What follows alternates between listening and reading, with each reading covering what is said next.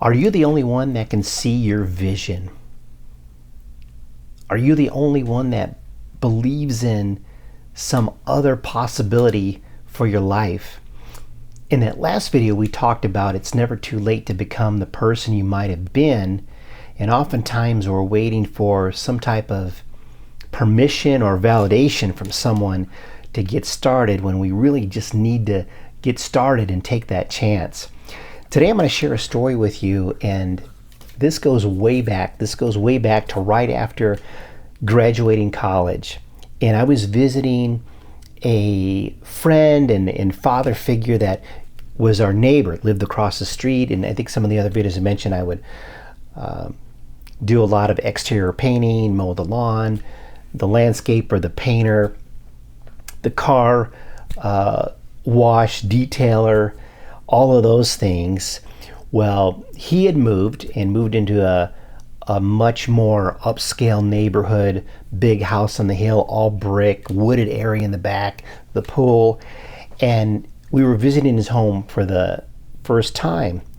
Now, unfortunately, my dad had passed away, so he looked out for me and was really supportive in me getting some jobs early on and pursuing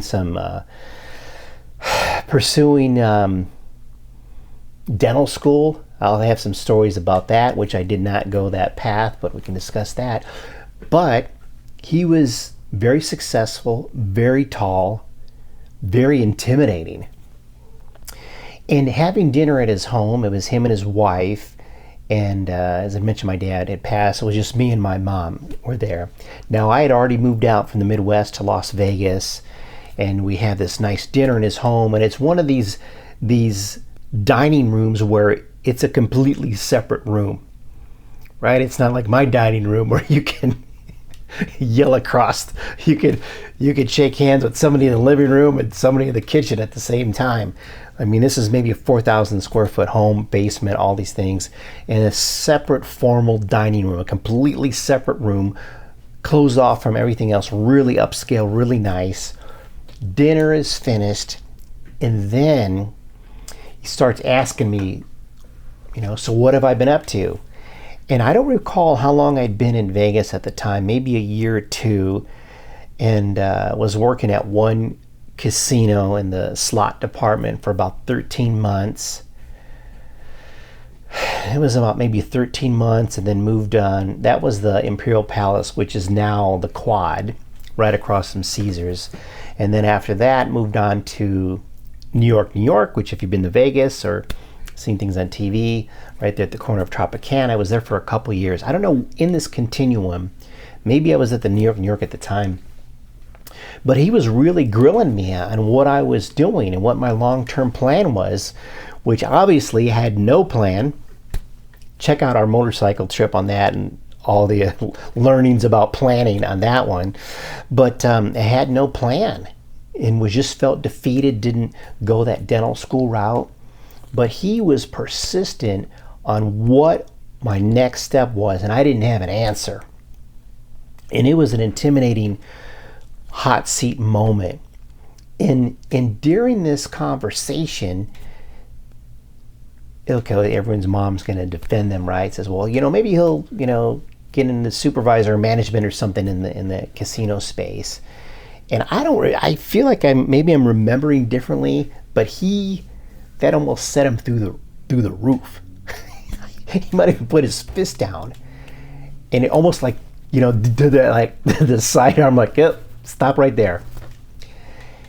And he said something like, he doesn't want to do that. He knows that's not for him. He wants to pursue some other things, entrepreneurship or whatever.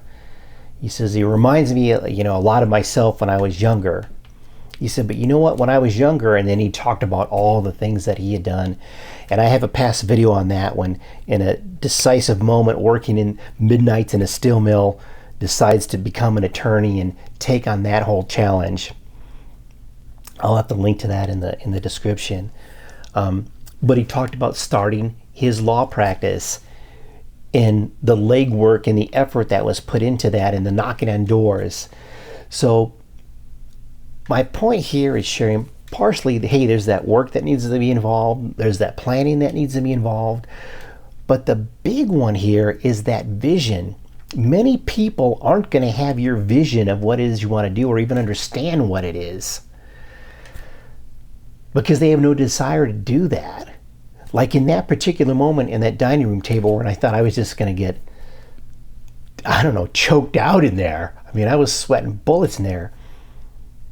And my mom jumped in and said, hey, this guy, he could do this and that, be a supervisor or whatever it was. She had worked her whole life super hard, manual type labor in a factory that made pastries and things for some of the big franchises and stuff. But that's like you're standing there all day on your legs, sorting through these things, putting these muffins and packing them in boxes and things, and just was the best at it and did that her whole life. And that's what she had done. So her vision was much different than that attorney's vision or my vision. Everybody has their own vision of what's possible. So when you're having a conversation about what it is you want to do, that's going to really impact what kind of recommendations you get. One is going to be, hey, stay the course, it'll work out. You can be a manager at this, field that you're not interested in.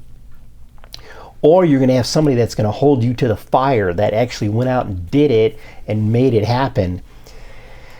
And as painful, I guess painful might be a little bit, as uncomfortable and as stressful as it is, it sometimes takes that.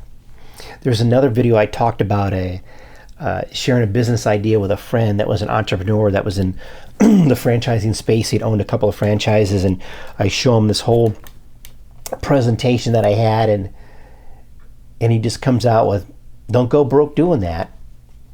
Now, I would have suspected some different advice because it was an entrepreneurial path. He's an entrepreneur.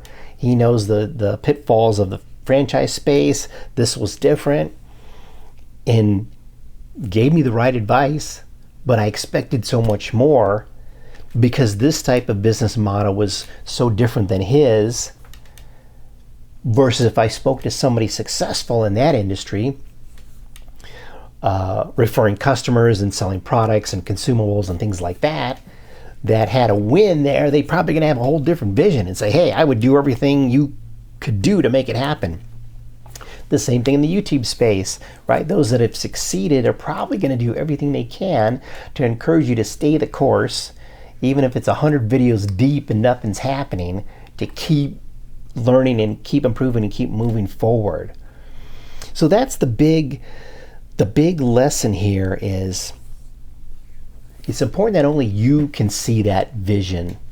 You don't necessarily need that validation from others.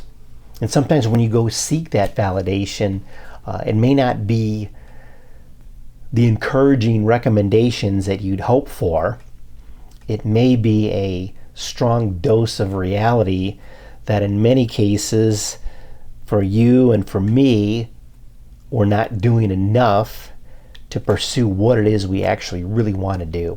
So just wanted to share that story because it can be challenging and frustrating. When you have a vision of something, you're excited about something, maybe you're starting a YouTube channel, excited about that, and nobody does that.